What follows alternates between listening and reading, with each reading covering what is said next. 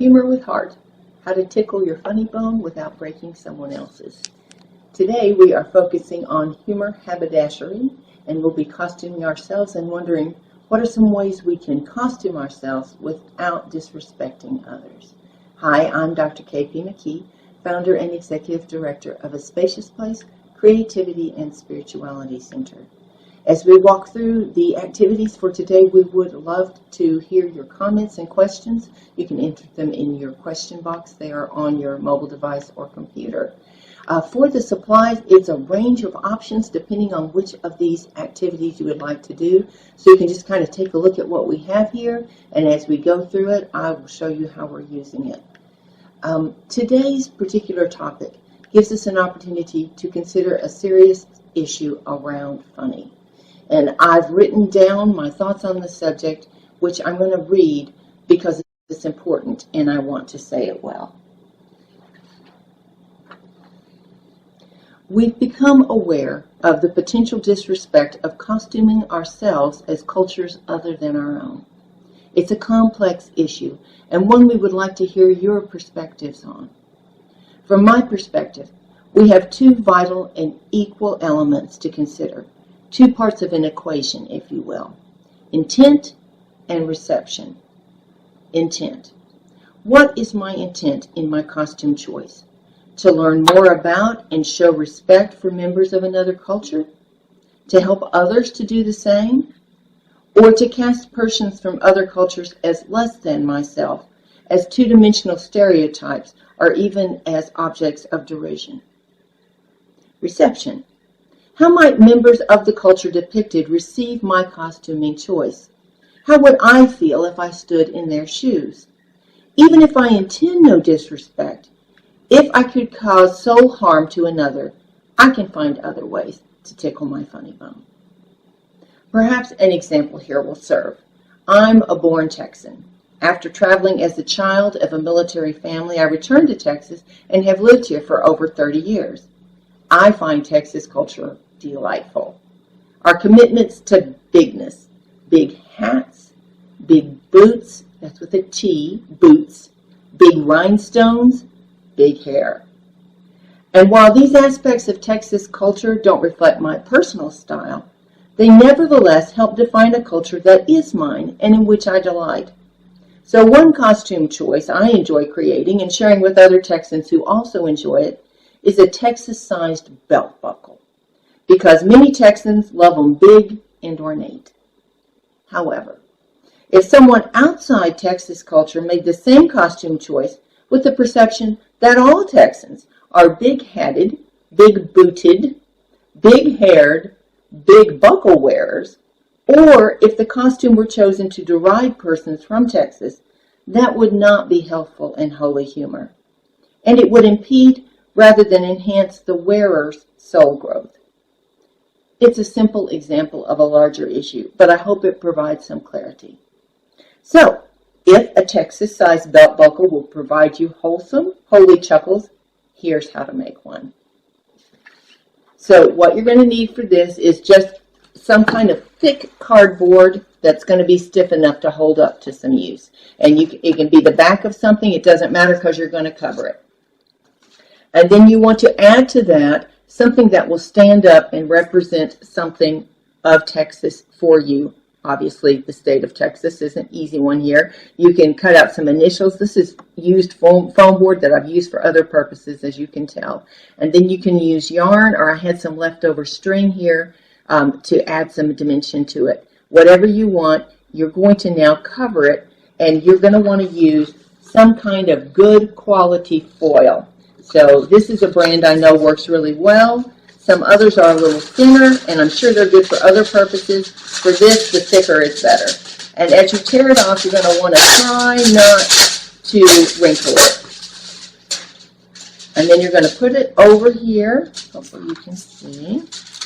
And you're going to start pressing down to find the edges of the shapes that you have glued on.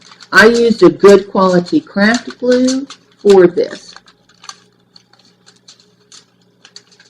And as much as you can avoid it, fingernails are disastrous with this process. So you want to not get the fingernails in there too much. Fortunately, I don't have a whole lot, so this works a little easier for me. So we're beginning to see the edges here. And once we get it to this place, then we're ready to carefully flip it over. Now, another thing you're going to want to do is to have glued on something that your belt itself can slide through here. And as you can see, I really glued this down. And I just used more of this paper and just folded it over itself and glued here, so I have a little space here where that can slide through.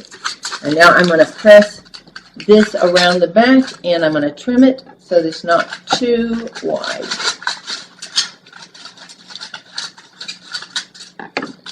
Also, fun fact, doing that to your scissors can help sharpen them with the foil.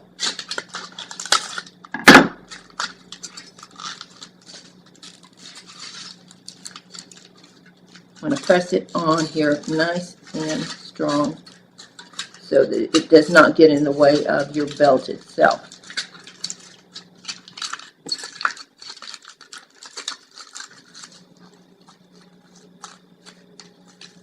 And I just took some duct tape and folded it over itself to make a belt. You can also use ribbon, anything, rope will work here.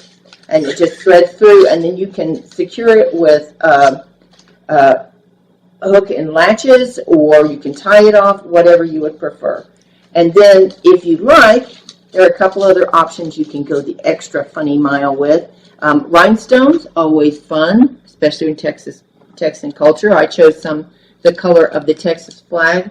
Also, if you have some permanent markers, you can also use those to color around it as well. So, like, if I wanted to color the outside edge here.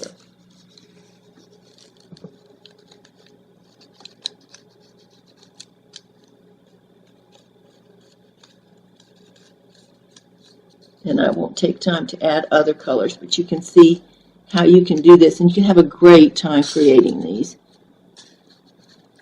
Let everybody do their own thing.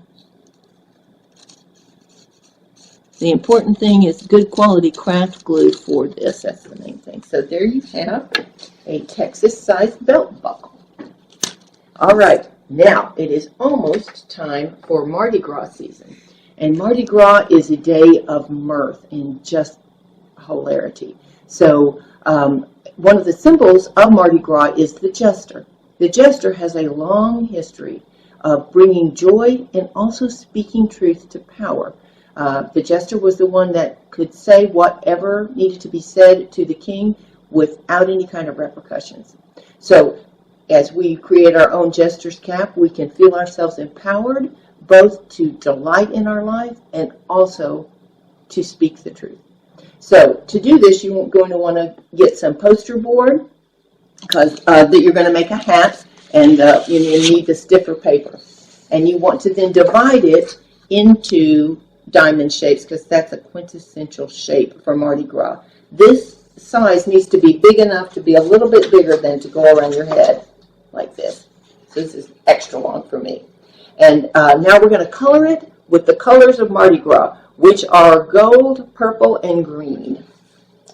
And I have one already done here that once you have fitted it to your head, you can use your stapler and staple it in place. That would be the best way to secure it and get it to stay. All right, then you're going to want to get your construction paper in those colors, and we go with yellow to represent the gold. So I'm going to take some of these, some green. These I have already cut. You want to cut them into long, thin triangles. Don't you fold one up so they can see? Yes, I will. Give me just a second. All right, so just like this. You want a thin, thin triangle. This looks like the parts that come over on the side of the cap. I am sure you have seen this. All right, and I'm going to do this with tape because it will take less time, but you can also use craft glue. So I'm going to do my colors, and I'm going to create a pattern of colors here. I'm going to tape it inside the cap.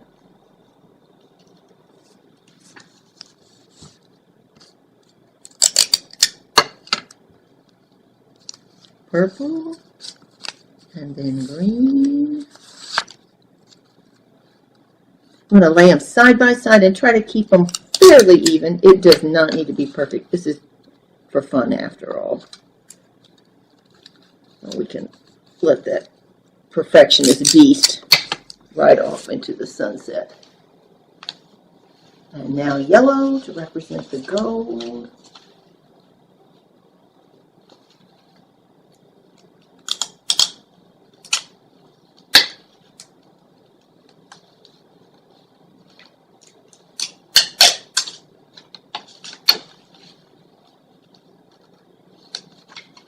And now we're back to purple again.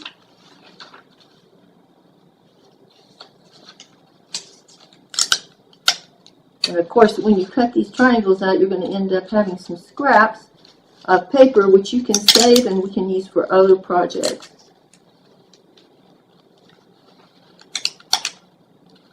Get full use out of this stuff.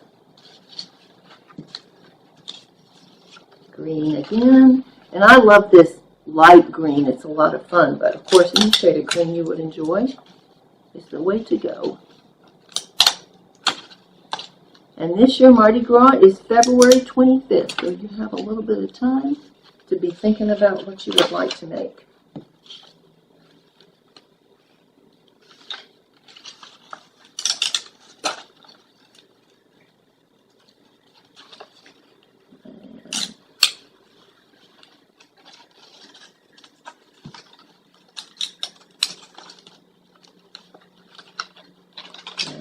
All right, so I have room for just another one, and since it's got purple here and purple there, I'm just going to put a green here between the two of them.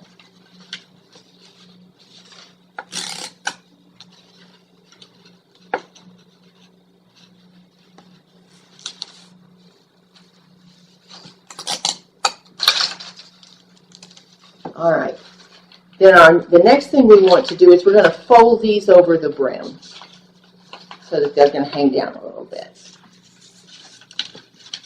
Just gently press them with your hand as you go around.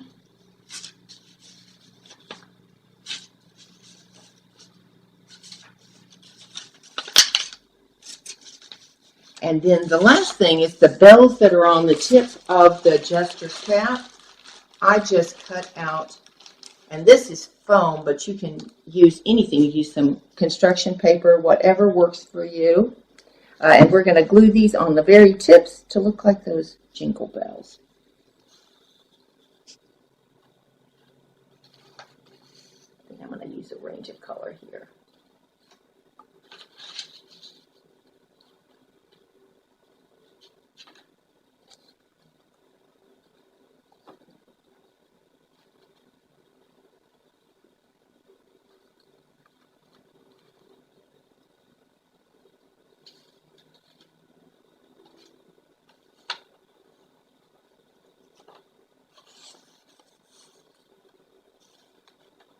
Making a happy mess right here. Okay.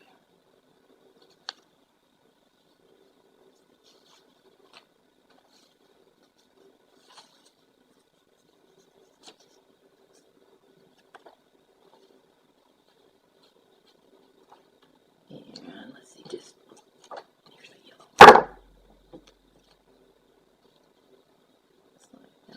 And then if you like, you can always add a little glitter glue to sparkle things up some, because you can never have too much sparkle. Slide down a bit. Yeah.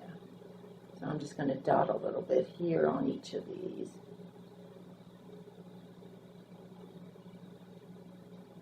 Because I think sparkle brings smiles to our faces, and that's what we're all about here today. All right, and then it is ready to wear. All right. Tell Gina hi. Huh? Okay, the last thing, we're going to make some super sunglasses. And anytime you're doing something that's big, over the top, or in today's vernacular, extra, it can be a lot of fun. So these things are great fun to make, and you can either put them on a stick like this, and here are some examples that you can look at a little more closely. Oops, sorry.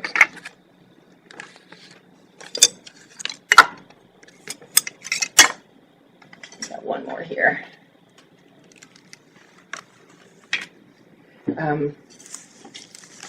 So they can go on sticks like that, and you can decorate them however you like. Or you can punch holes. So to do this, you want to take just an old piece of something or other, and then you can do the drawing on the inside here, and then when you cut it out, you're going to have the two sides all ready for you. And you can kind of sketch around on this and say, nah, I don't like how that looks, and then it doesn't matter because you're going to just go over it and cut it out the way you like. And I am not going to bother to cut out the center section, but you can see how to do that. It might be helpful to have an X-Acto knife for that part if you have one.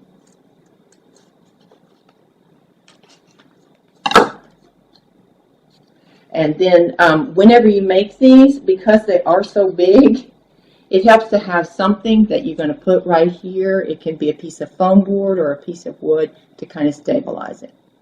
And then you want to decorate it however you want, and you can put it on sticks like this, or you can punch holes in it and send through some. This is chopstick. You can use a chopstick, or you can use a dowel. And then the very last thing is, if you want, you can use, this is cellophane, and you can put a lens in your glasses if you like. So those are some ideas for having some costumes. Chenille stem. Huh? Oh yeah, I have one more here. You can also do it with chenille stems. We made these because it's the year 2020, and 2020 vision is perfect vision. So these are made with chenille stems, this to kind of stabilize it, the bead, and you can see how we did that on the back, and we blinged it up with some feathers and some. Thank you for reminding me of that, David.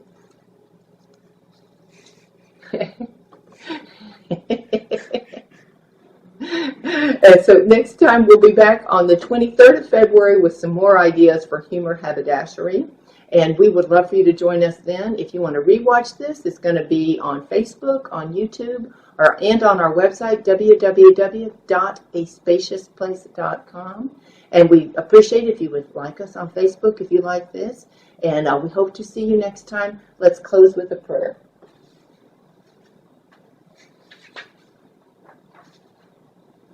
You are the God who created the duck-billed platypus, a child named Laughter, and all of us with our capacity to giggle, to chortle, to belly laugh. Author of holy and healthful humor, we give you thanks with a mile-wide grin. Amen.